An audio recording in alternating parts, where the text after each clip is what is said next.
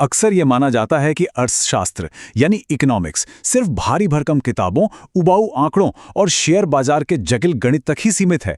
लेकिन असल में ऐसा बिल्कुल नहीं है। सच तो ये है कि एक ऐसा विषय है जो हमारी रोजमर्रा की जिंदगी से गहराई से जुड़ा हुआ है। सुबह उठकर चाय की पत्ती खरीदने से लेकर देश का बजट बनने तक हर छोटी बड़ी चीज के पीछे अर्थशास्त्र काम कर रहा है। तो आइए आज के इस खास विश्लेषण में अर्थशास्त्र की इसी दिलचस्प दुनिया को थोड़ा और करीब से समझते हैं। आगे बढ़ने से पहले जल्दी से देख लेते हैं कि आज की हमारी चर्चा के मुख्य पड़ाव क्या होंगे। हम शुरुआत करेंगे अर्थशास्त्र के एक छोटे से परिचय से, फिर देखेंगे कि समय के साथ इसकी परिभाषा कैसे बदलती गई। उसके बाद व्यष्टि और समष्टि यानी माइक्रो और मैक्रो अर्थशास्त्र के बीच का फर्क समझेंगे और आखिर में वास्तविक बनाम आदर्श अर्थशास्त्र पर बात करेंगे। चलिए अपने पहले भाग की ओर बढ़ते हैं और एकदम बुनियादी बातों से शुरुआत करते हैं। सबसे पहला और सबसे जरूरी सवाल, आखिर अर्थशास्त्र है क्या? इसे महज एक थ्योरी या कॉलेज का सब्जेक्ट मान लेना इसके महत्व को बहुत कम करके आंकना होगा। सच कहा जाए तो एक सामाजिक विज्ञान के रूप में ये हमारे पूरे समाज की रीढ़ की हड्डी है। ये कोई हवाई कंसेप्ट नहीं है। हम हर दिन न जाने कितनी बार आर्थिक फैसले लेते हैं। जरा सोचिए, बाजार से राशन खरीदना, अपनी सीमित सैलरी में घर का पूरा बजट मैनेज करना, बैंक से पैसे निकालना या फिर बढ़ती महंगाई और ब्याज दरों की टेंशन लेना, ये सब क्या है? जब हम ये तय करते हैं कि अपने पैसों को किन जरूरतों पर खर्च करना है, तो जाने अनजाने में हम सब एक तरह से अर्थशास्त्री ही बन जाते हैं। अब आते हैं अपने दूसरे भाग पर। यह देखना बहुत दिलचस्प है कि सदियों से अर्थशास्त्र को देखने का हमारा नजरिया कैसे बदला है। अगर हम इतिहास के पन्ने पलटें तो 18वीं सदी के अंत में इसे सिर्फ धन का विज्ञान यानी साइंस ऑफ वेल्थ कहा जाता था।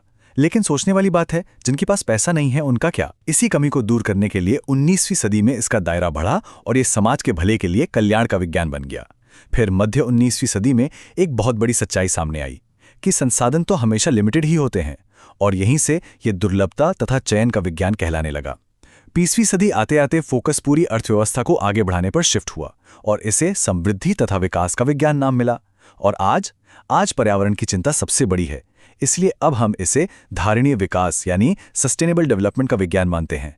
सिर्फ पैसों की बात से शुरू होकर इंसानी वजूद और पर्यावरण को बचाने तक का ये सफर वाकई कमाल का है। अभी हमने जिस दुर्लभता या स्कैरसिटी की बात की, वो हमें जीवन का एक बहुत बड़ा और कड़वा सच सिखाती है।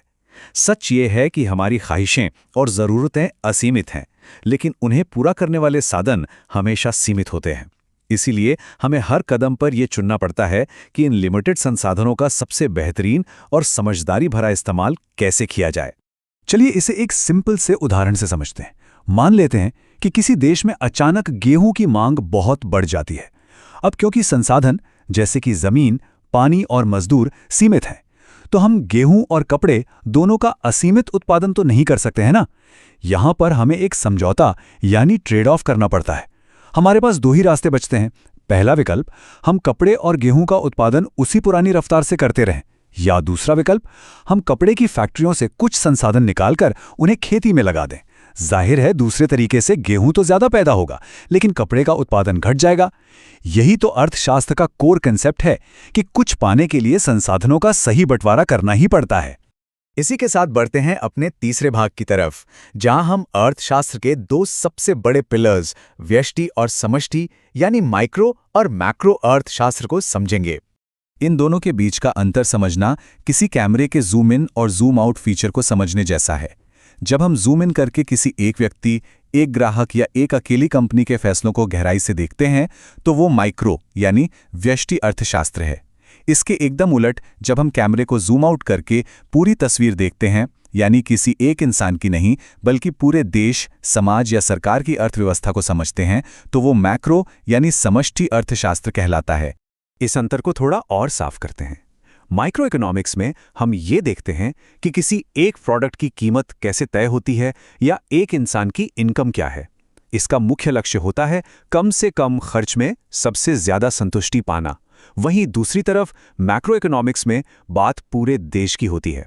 इसमें नेशनल इनकम, देश में कितनी महंगाई है या बेरोजगारी कैसे कम की जाए, ऐसे बड़े और गंभीर मुद्दों पर फोकस किया जाता है। एक व्यक्तिगत स्तर पर काम करता है तो दूसरा राष्ट्रीय स्तर पर। अब हम अपनी चर्चा के चौथे और आखिरी भाग में आ गए हैं, वास्तविक बनाम आदर्श अर्थशास्त्र। ये हिस्सा पूरी तरह से तथ्यों और नैतिकता को अलग करने के बारे में है। अर्थशास्त्र में कोई भी नीति या पॉलिसी बनाते समय ठोस हकीकत और हमारी भावनाओं के बीच फर्क करना बेहद जरूरी है। वास्तविक अर्थशास्त्र यानी पॉजिटिव इकोनॉमिक्स एकदम ब्लैक एंड व्हाइट है। ये बात करता है कि क्या है, यानी ठोस तथ्य, डेटा और असल घटनाएं। वहीं आदर्श अर्थशास्त्र यानी नॉर्मेटिव इकोनॉमिक्स इस बात पर जोर देता है कि क्या होना चाहिए। इसमें नैतिकता, हमारी अपनी राय और समाज के लिए क्या सही है, इसकी बात होती है। इस फर्क को पकड़ने के लिए एक बहुत ही सटीक उदाहरण देखते हैं। एक बयान है, भारत की जनसंख्या 1 अरब के आंकड़े को पार कर चुकी है। अब ये एक ऐसा फैक्ट है जिसे डेटा से साबित किया जा सकता है। तो ये हुआ एक वास्तविक यानी पॉजिटिव स्टेटमेंट। लेकिन अगर कोई कहे भारत को अपनी जनसंख्या इतनी तेजी से बढ़ने नहीं देनी चाहिए और इसे कंट्रोल करना चाहिए, यहां ध्यान दीजिए, ये एक राय है, एक सुझाव है। ये बता रहा है कि क्या होना चाहिए, इसलिए ये एक आदर्श या नॉर्मेटिव स्टेटमेंट है। एक और उदाहरण लेते हैं। अगर मजदूरों को ज्यादा वेतन मिलेगा तो वे ज्यादा मेहनत से काम करेंगे। यह कारण और उसके असर को बताने वाला एक तथ्यात्मक बयान है, यानी वास्तविक अर्थशास्त्र।